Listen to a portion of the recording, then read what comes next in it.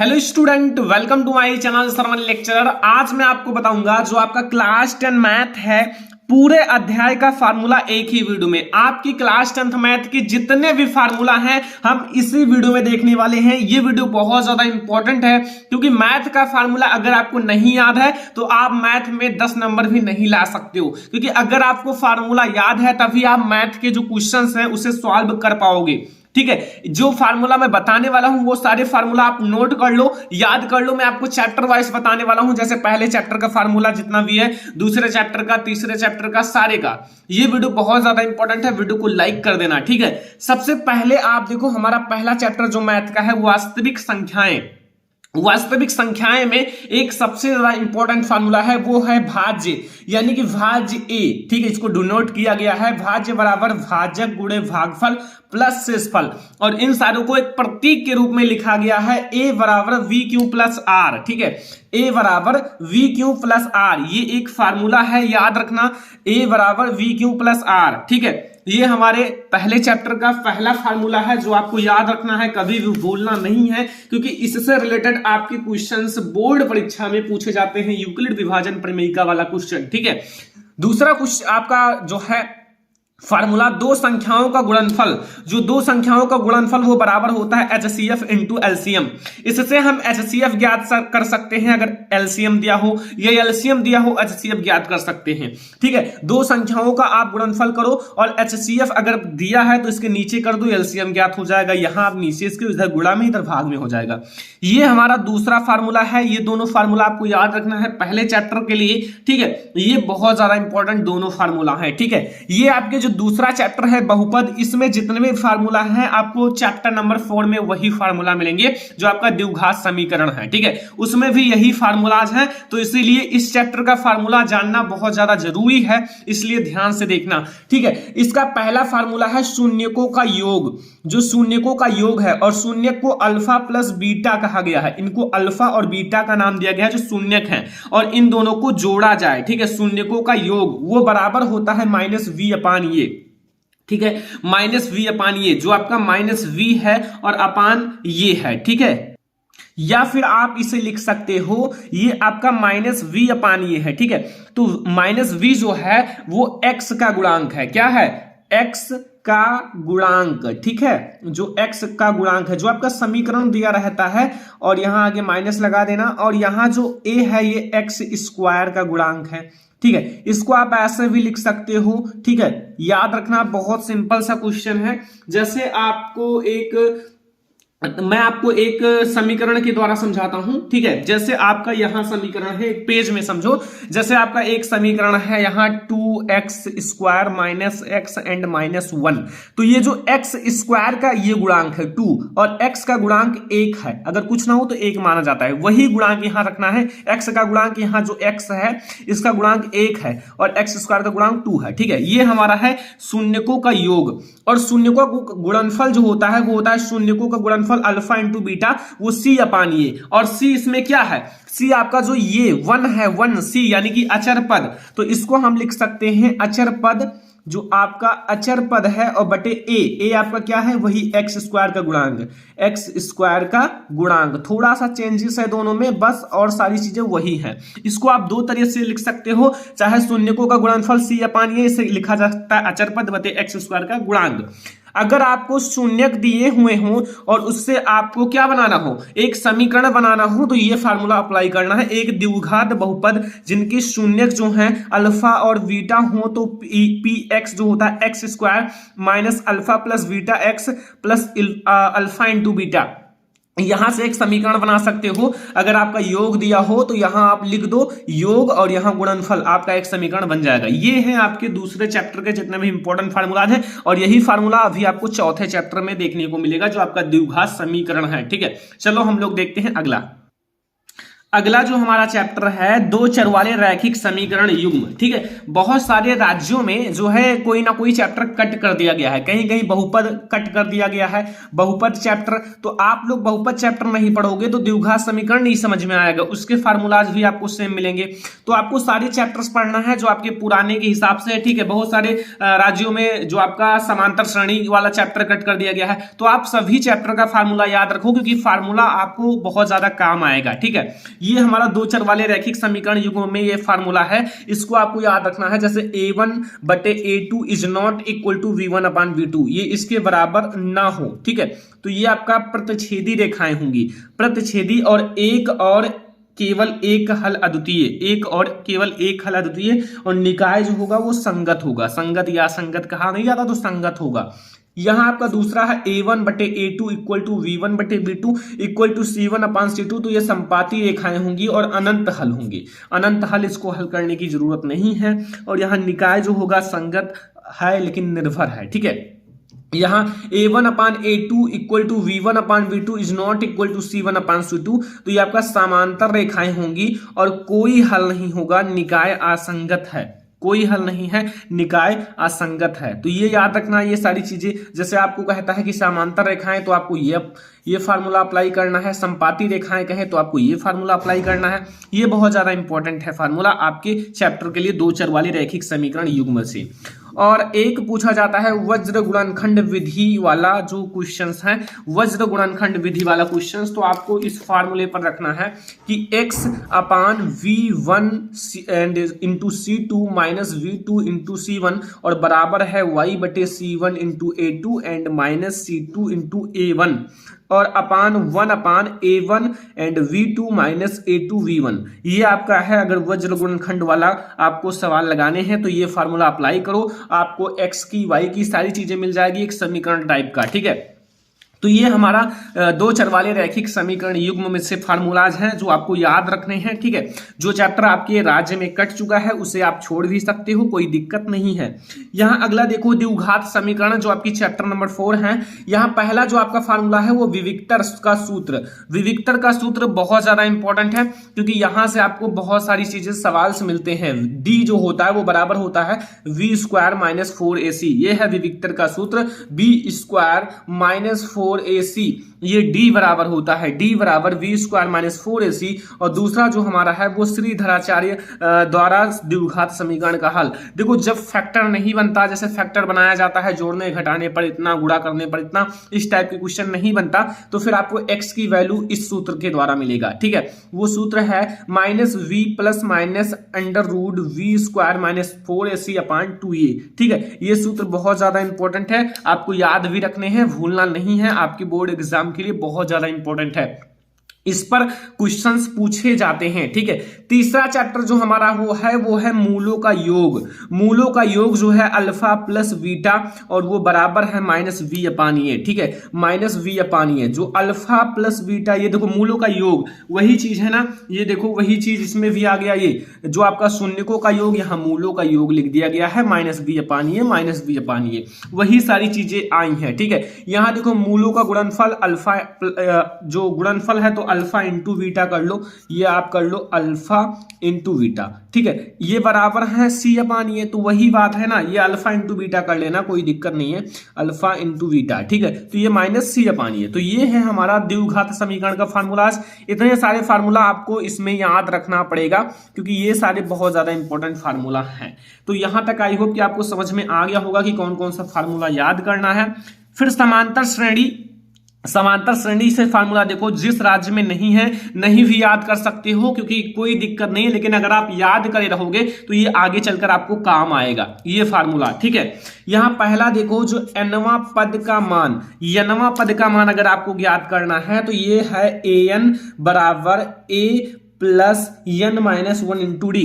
यहाँ a जो है ये प्रथम पद है, d सार्वधांतर है, l जो है अंतिम पद है। ठीक है, यहाँ अगर देखो nवां पद ज्ञात करना है और अगर अंत से nवां पद ज्ञात करना हो तो ये l जो आपका अंतिम पद है वो माइनस होगा n minus 1 into D. n minus one into D. ठीक है, ये आपको याद रखना है, बहुत ज्यादा इंपॉर्टेंट फार्मूलाज हैं। फिर यहाँ आपको तीसरा, अगर प्रथम n पदों का आपको योग ज्ञात करना है, यानी कि Sn मतलब योग, ये देखो मैं अंतिम से योग बता रहा हूं। अगर आपको प्रथम n पदों से योग ज्ञात करना है तो ये वाला formula n/2 n/2 and bracket में 2a plus n minus one into D. ठीक है, और अगर आपको अंतिम से ज्ञात करना है, अंतिम वाला पद दिया हुआ है तो ये वाला अप्लाई करना, Sn बराबर 1/2 and n and a plus l। ठीक है, ये आपको फार्मूला मिलेंगे समांतर श्रेणी से। जितने फार्मूला बताए जा रहे हैं उनको नोट कर लो, याद करो, बार बार रिवीजन करो, क्योंकि ये सारे फार्मूलाज आपकी बोर्ड एग्जाम के लिए बहुत ज्यादा इंपॉर्टेंट है।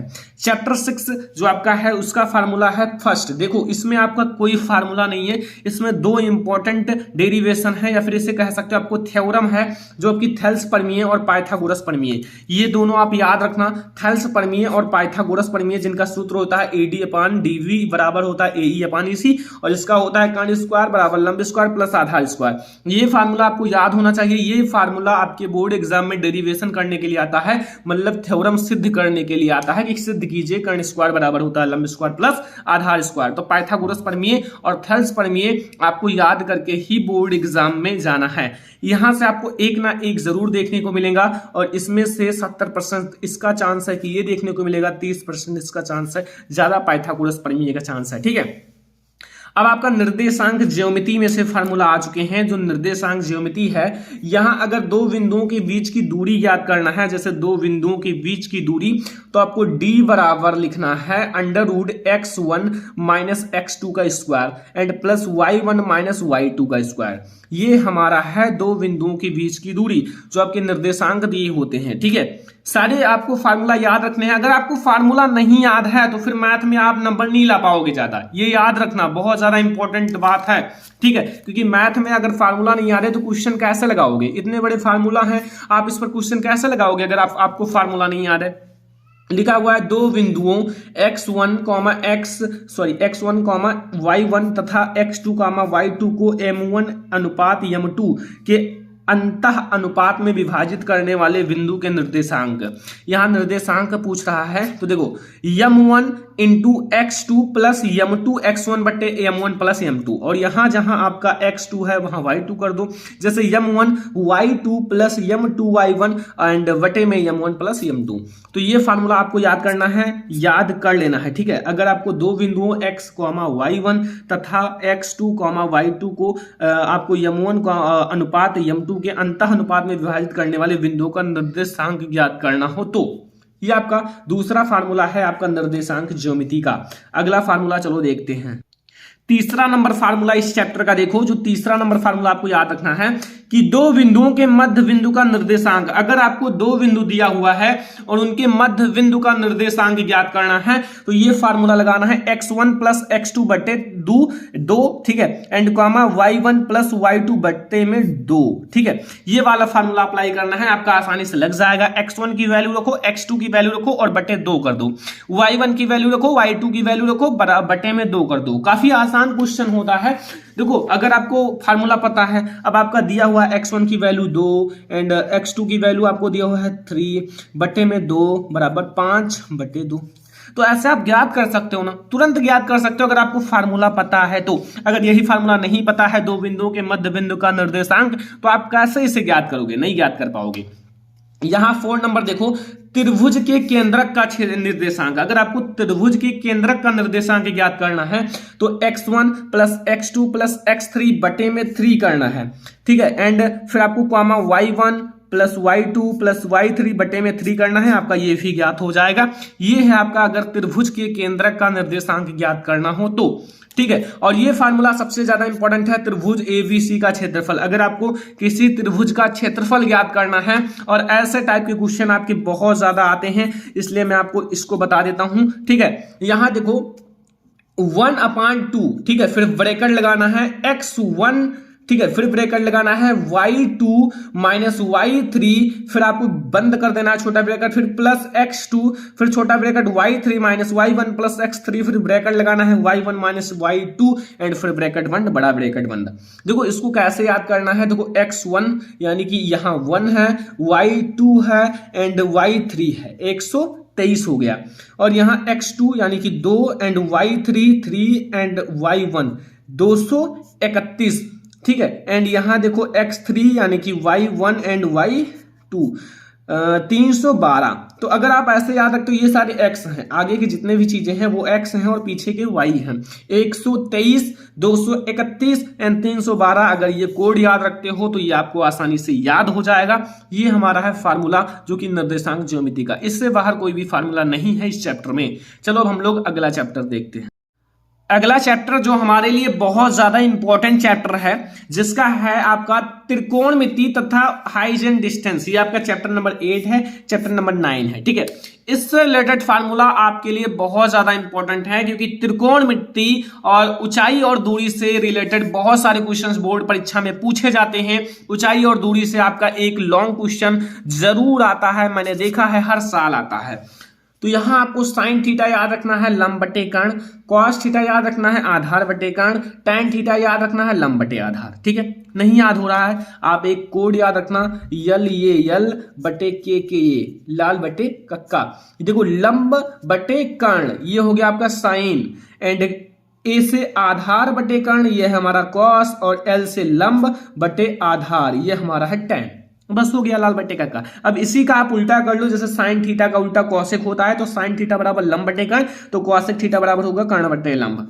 इसका उल्टा होता है, साइन थीटा का उल्टा कॉसेक थीटा होता है।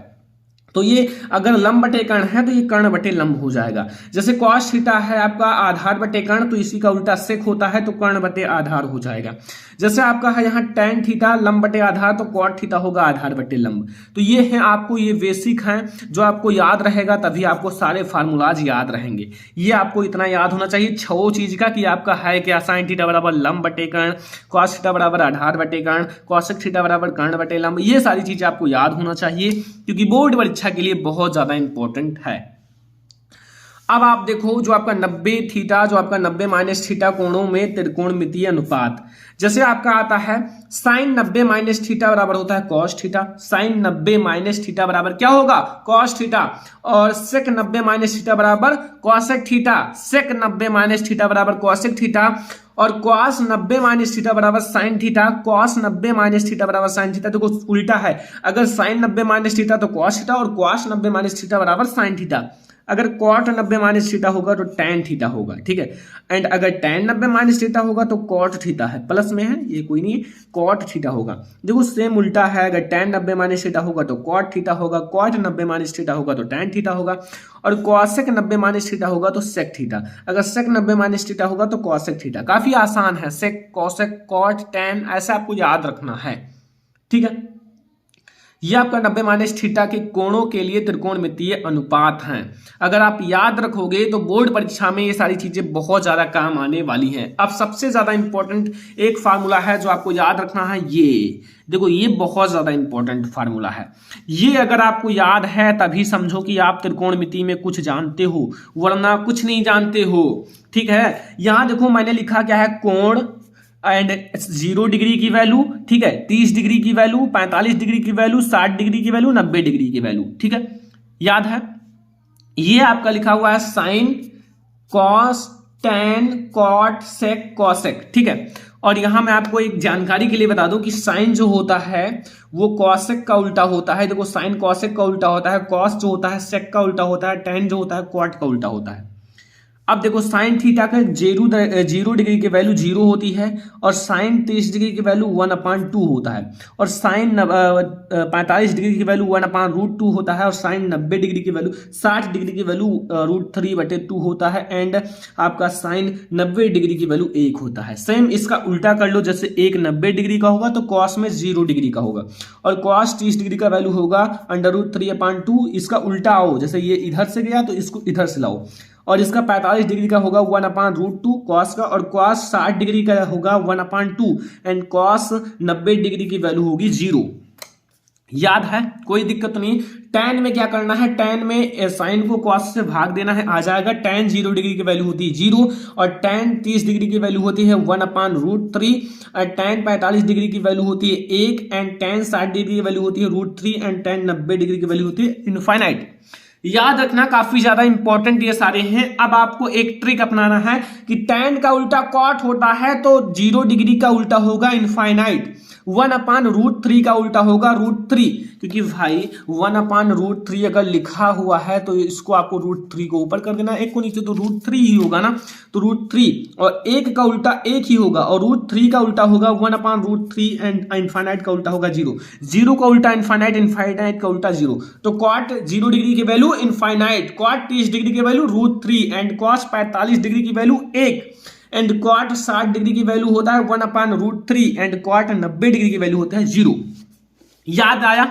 कोई दिक्कत, कोई कंफ्यूजन हो भाई पूछ सकते हो, क्योंकि आपको बहुत अच्छे से पढ़ाया जा रहा है, मेहनत के साथ पढ़ाया जा रहा है। सेक जो होता है वो cos का उल्टा होता है, cos में 0 डिग्री की वैल्यू 1 होती है, तो सेक में भी 0 डिग्री की वैल्यू 1 होगी, क्योंकि 1 का उल्टा करोगे तो 1 ही होगा। और यहां आपका cos में होता है √3/2, तो इसका होगा 2/√3, सेक 30 डिग्री की, सेक 45 डिग्री का होगा √2 एंड सेक 60 डिग्री का होगा 2 एंड सेक 90 डिग्री का होगा इनफाइनाइट।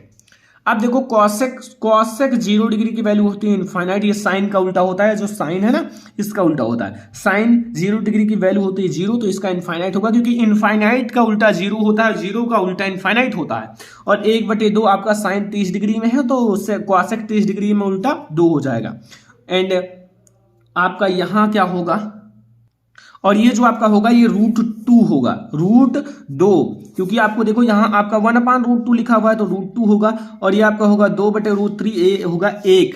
तो ये सारे फार्मूला आपको याद रखना है, जो साइन 30 डिग्री की वैल्यू, cos 45 डिग्री की वैल्यू, cot 90 डिग्री की वैल्यू, अगर आपसे कोई पूछ ले तो आप चुटकियों में बताओ, क्योंकि इसको याद करना पड़ेगा।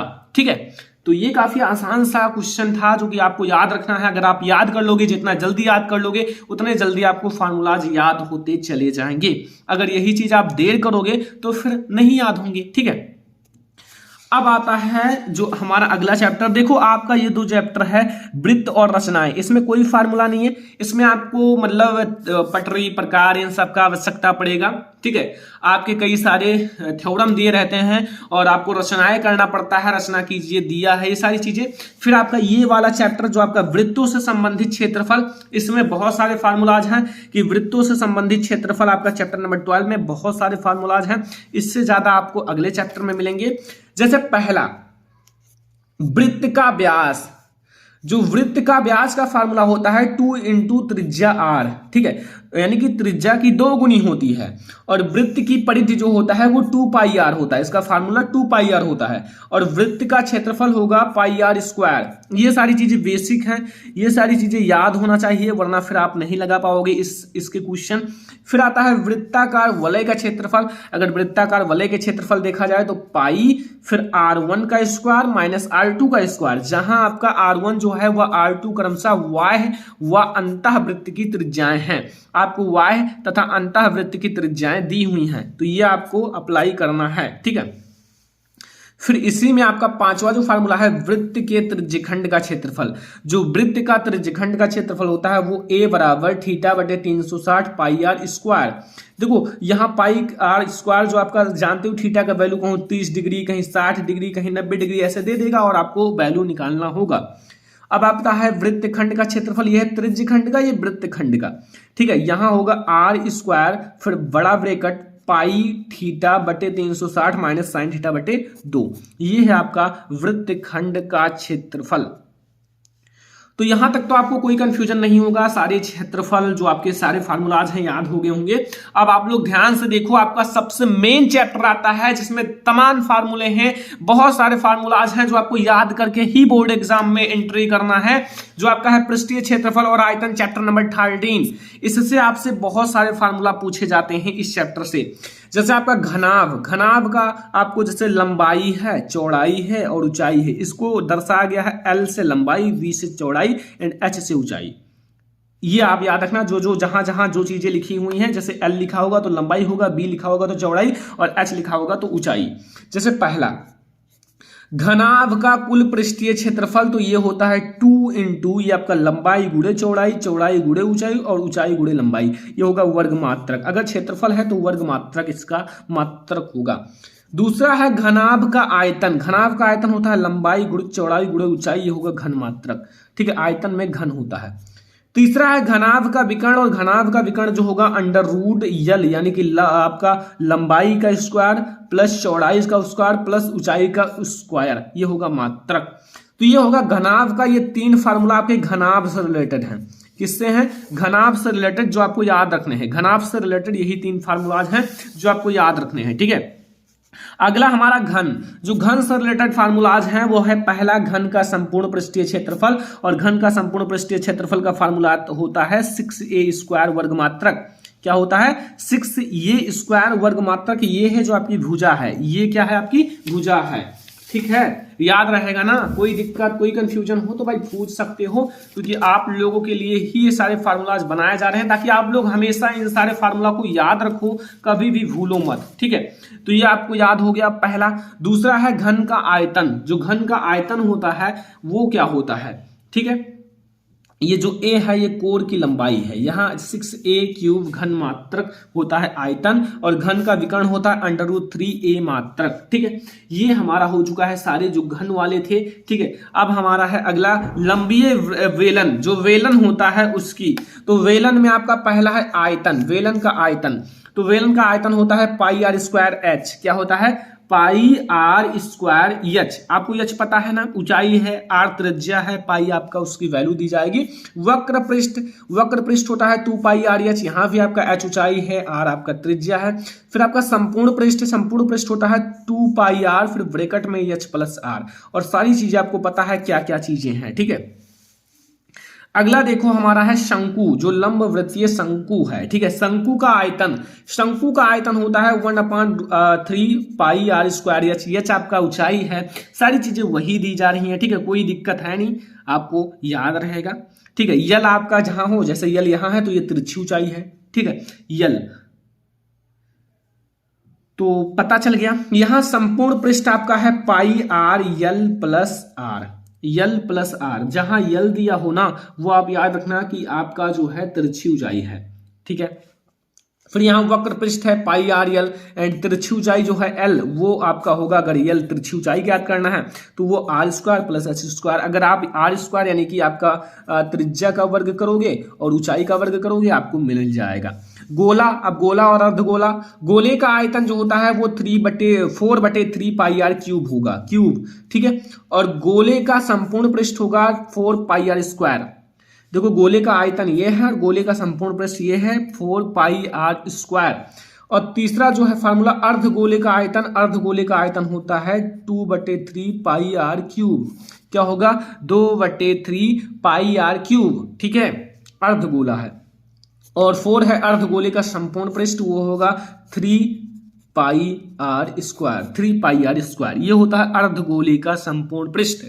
अब देखो बहुत बड़े बड़े फार्मूला आएंगे छिन्नक वाले में। शंकु छिन्नक, तो शंकु छिन्नक का आयतन ये होगा पाई एच बटे 3। क्या होगा? पाई एच बटे 3। एंड फिर आपका बड़ा ब्रैकेट आर स्क्वायर, जो आपका कैपिटल आर है, plus small r square plus capital R into small r. और मैं आपको बता दूं कि छिन्नक के आधार की शीर्ष के वृत्तीय सिराओं की त्रिज्याएं क्रमशः कैपिटल आर व स्मॉल आर हैं। ठीक है, यहाँ 2 त्रिज्या ली जाती है। ठीक है, छिन्नक में। और अगला देखो, दूसरा जो फार्मूला है शंकु छिन्नक का पार्श्व, जो आपका पार्श्व पृष्ठ क्षेत्रफल ज्ञात करना है, तो पाई यल, यल तिरछी ऊंचाई है, और r plus r, capital R small r. अभी इसके और एक और फार्मूला है जो कि याद रखना है। ये देखो लिखा हुआ है शंकु छिन्नक का संपूर्ण पृष्ठीय क्षेत्रफल, वो होगा पाई फिर capital R square small r square plus तिरछी ऊंचाई यल एंड इंटू आपका capital R into small r वर्ग मात्रक। इतने आपको याद रखने हैं पृष्ठीय क्षेत्रफल के फार्मूलाज। ये सारे फार्मूला आपको याद रखने हैं, भूलना नहीं है, क्योंकि ये फार्मूला आपको बहुत आगे चलकर काम आएंगे बोर्ड परीक्षा में। अगर आप इस चैप्टर से क्वेश्चन सॉल्व करोगे तो यही फार्मूला आपको अप्लाई करना पड़ेगा। कहीं वृत्त का संपूर्ण पृष्ठीय क्षेत्रफल पूछेगा, कहीं वेलन का वक्र पृष्ठीय क्षेत्रफल पूछेगा, ऐसे भाई आपसे क्वेश्चंस पूछेगा। अब आता है सांख्यिकी। सांख्यिकी से जो आपके फार्मूलाज हैं, मैं आपके जितने बुक का जितने भी चैप्टर हैं सारे चैप्टर का मैं आपको फार्मूला बताता हूं कि सारे चैप्टर का याद रखना है। चैप्टर के फार्मूला जरूर याद रखना है कि वो आपको काम आएंगे। जैसे माध्य बराबर होगा ये सिग्मा एफ एक्स बटे सिग्मा एफ, या फिर इसे कह सकते हो sigma f i into x i बटे सिग्मा एफ आई, ठीक है। और यहां माध्यक अगर ज्ञात करना है तो एल प्लस एन बटे 2 माइनस सी एफ बटे एफ इंटू एच, ये आपका अगर आपको क्या ज्ञात करना हो, ये आपको ज्ञात करना है माध्यक, ठीक है।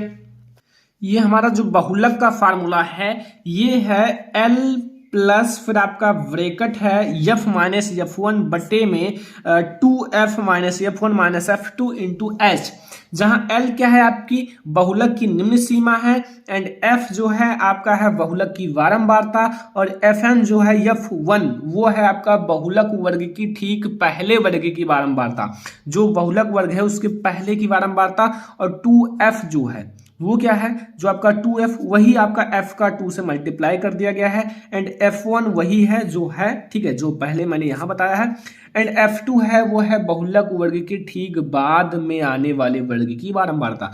ये पहले की बारंबारता है, ये बाद में बारंबारता। तो ये आपको याद रखना है बहुलक का। प्रायिकता में आपका कोई ज्यादा फार्मूला नहीं है, दो फार्मूलाज हैं। पहला प्रायिकता पीई जो है अनुकूल परिणामों की संख्या, जिसे एनई लिखा जा सकता है, और कुल परिणामों की संख्या, कुल संभव परिणाम जो है, ठीक है, यानी कि अनुकूल परिणामों की संख्या और कुल परिणामों की संख्या एनएस, ठीक है, ये आपको याद रखना है फार्मूला। और इसमें आपका है यहाँ पी फिर ब्रैकेट में ई, यानी कि पीई एंड पीई नॉट, यह है घटना घटित होने की प्रायिकता और घटना घटित ना होने की प्रायिकता, ये बराबर 1 के होता है। तो यहां मैंने आपको पूरे चैप्टर का 1 से लेकर लास्ट चैप्टर तक का फार्मूला बता दिया है, जो बोर्ड परीक्षा के लिए बहुत ज्यादा इंपॉर्टेंट है। अगर आप ये सारे फार्मूलाज याद रखोगे तो बोर्ड परीक्षा में बहुत ज्यादा काम आएंगे, और यही फार्मूलाज पर आपका सारा क्वेश्चंस लगेगा।